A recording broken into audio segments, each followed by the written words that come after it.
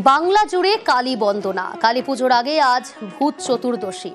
রাজনৈতিক নেতার পুজো, কিন্তু রাজনীতির ছোঁয়া নেই। কোনো রাজনৈতিক নেতা আমন্ত্রিত নন। সব্যসাচী দত্তর পুজো, সল্টলেক মৈত্রী সংঘের পুজো, এবছর ৩৭তম বছর। তাদের থিম বেলুড় মঠ।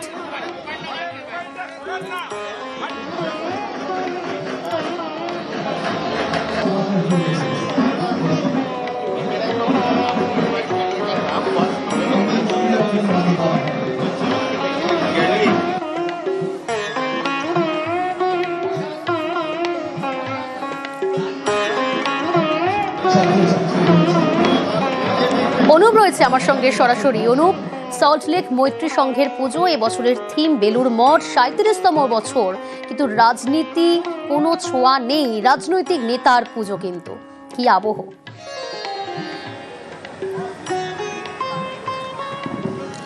তো সল্টলেক যে মৈত্রী সংঘের পুজো ৩৮ বছরে পা দিয়েছে, এবং এই ৩৮ বছরে পা দিয়েছে, কিন্তু রাজনৈতিক ব্যক্তিত্ব রাজনেতার পুজো হলেও কিন্তু কোনো রাজনীতির ছোঁয়া নেই, এমনটাই বলা চলে।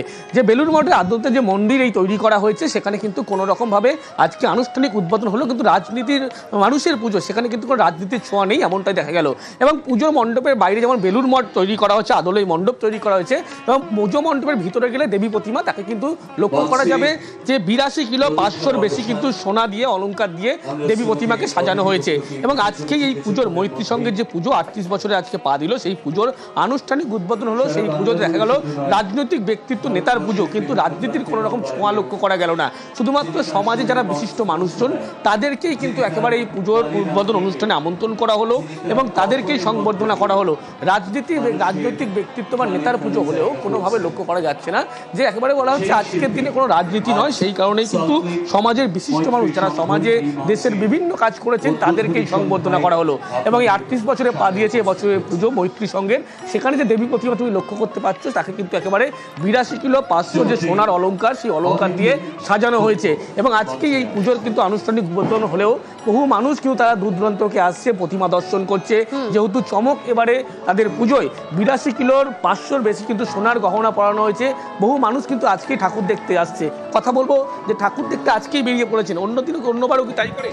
হ্যাঁ, অন্যান্যবার তো আসি, আর এই ঠাকুরটা বিশেষ করে এই সল্টলেক মৈত্রী সংঘ ঠাকুর ভীষণ স্পেশাল আমাদের জন্য, আমাদের সল্টলেক বাসিন্দাদের জন্য। তো আমরা প্রত্যেকবার আসি আর ঠাকুর দর্শন করি, মায়ের দর্শন করি প্রত্যেকবারই। একেবারে প্রত্যেক বছরে তারা কিন্তু আসেন, এমনটা জানাচ্ছে, এবং প্রত্যেকবার এই পুজোতে এসে কিন্তু প্রতিমা দর্শন করেন। এবং চমক যেহেতু প্রতিমার থাকে, সে কারণে তারা কিন্তু একেবারে সন্ধ্যার পরে, উদ্বোধনের পরেই কিন্তু একেবারে ঠাকুর দেখার জন্য যে মণ্ডপ খুলে দেওয়া হয়েছে, মানুষজন তারা কিন্তু প্রতিমা দর্শন করতে আসছে। এবং এখানে যে চমক এবারে রয়েছে, ৮২ কিলো ৫০০-র বেশি কিন্তু সোনার অলংকার দেবী প্রতিমাকে পরানো হয়েছে। সেই কারণে বহু মানুষজন এই বেলুড় মঠ যে তাদের তৈরি করা হয়েছে, সেই মণ্ডপে ভিড় জমাচ্ছে। প্রিয়াঙ্কা, বেশ। সল্টলেক মৈত্রী সংঘের ছবি দেখাচ্ছি। মৈত্রী সংঘে সেখানে ভক্তরা, দর্শনার্থীরা আসছেন পুজো মণ্ডপে। প্রত্যেক বছর চমক থাকে। রাজনৈতিক নেতার পুজো, কিন্তু রাজনীতির ছোঁয়া নেই।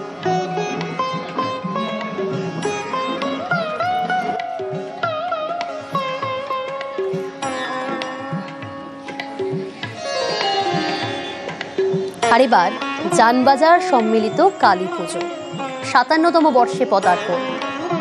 শহর জুড়ে আলোর মালা, আলোর উৎসবে সামিল ৮ থেকে ৮০ সকলেই। জানবাজার সম্মিলিত কালী পুজো, সেখানকার ছবি দেখাচ্ছি আপনাদের। এখানে 10টি অবতারে পূজিত হয় মা।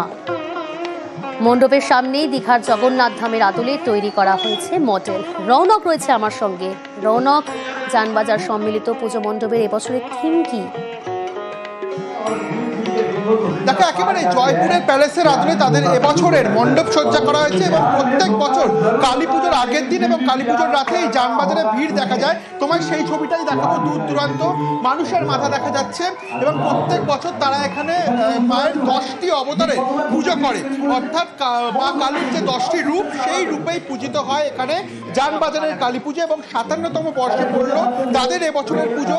এবছরে জয়পুরের প্যালেসের আদলে তাদের থিম করা আছে, এবং তোমায় দেখাবো ঠিক মণ্ডপে যে প্রবেশের পথ, সেখানে দীঘার যে জগন্নাথ ধাম, সেই জগন্নাথ ধামের মডেল তা এখানে তৈরি করা হয়েছে। অর্থাৎ যারা দর্শনার্থীরা এখানে আসছেন তারা কিন্তু প্রকৃত রূপে দীঘার যে জগন্নাথ ধাম তার মডেলও এখানে দেখতে পাচ্ছে। এবং আজ কালী পুজোর আগের দিন, তার আগের রাতের যে চিত্রটা তুমি দেখতে পাচ্ছ, বহু মানুষের ভিড় এখানে জমেছে। এবং মধ্য কলকাতার অন্যতম একটি কালী পুজো এই জানবাজারের কালী পুজো। শুধু মধ্য কলকাতা নয়, পাশে আমার স্ট্রিট থেকে শুরু করে উত্তর কলকাতার যে কটি কালী পুজো রয়েছে প্রত্যেক কটির মধ্যেই কিন্তু এই জানবাজার অন্যতম। এবং আজ যত রাত বাড়ছে মানুষেরও ভিড় কিন্তু এই পুজো মণ্ডপে বেড়েই চলেছে। বেশ, কোনোভাবে সম্ভব রৌনক দর্শনার্থী যারা আসছেন তাদের সঙ্গে কথা বলা? দেখো, আমরা কথা বলছি, কোথা থেকে এসেছো? আমরা এখানেই থাকি। প্রত্যেক বছরে কি আসো? হ্যাঁ, আমরা প্রত্যেক বছর এখানটা আসি। এরপরে আর কোনো জায়গায় কি আশেপাশে দেখা হয়?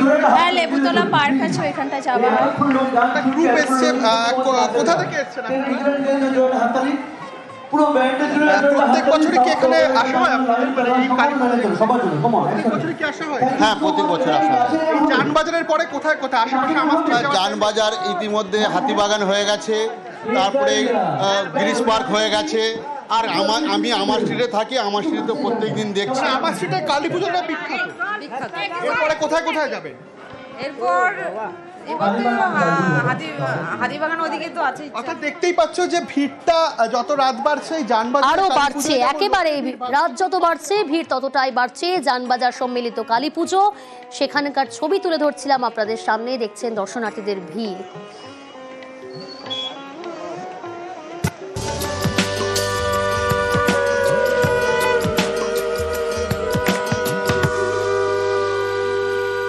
এবার কালী কথা। শাক্ত কবি মাতৃ সাধক কমলাকান্ত, বর্ধমান জুড়ে তার কালী কথা।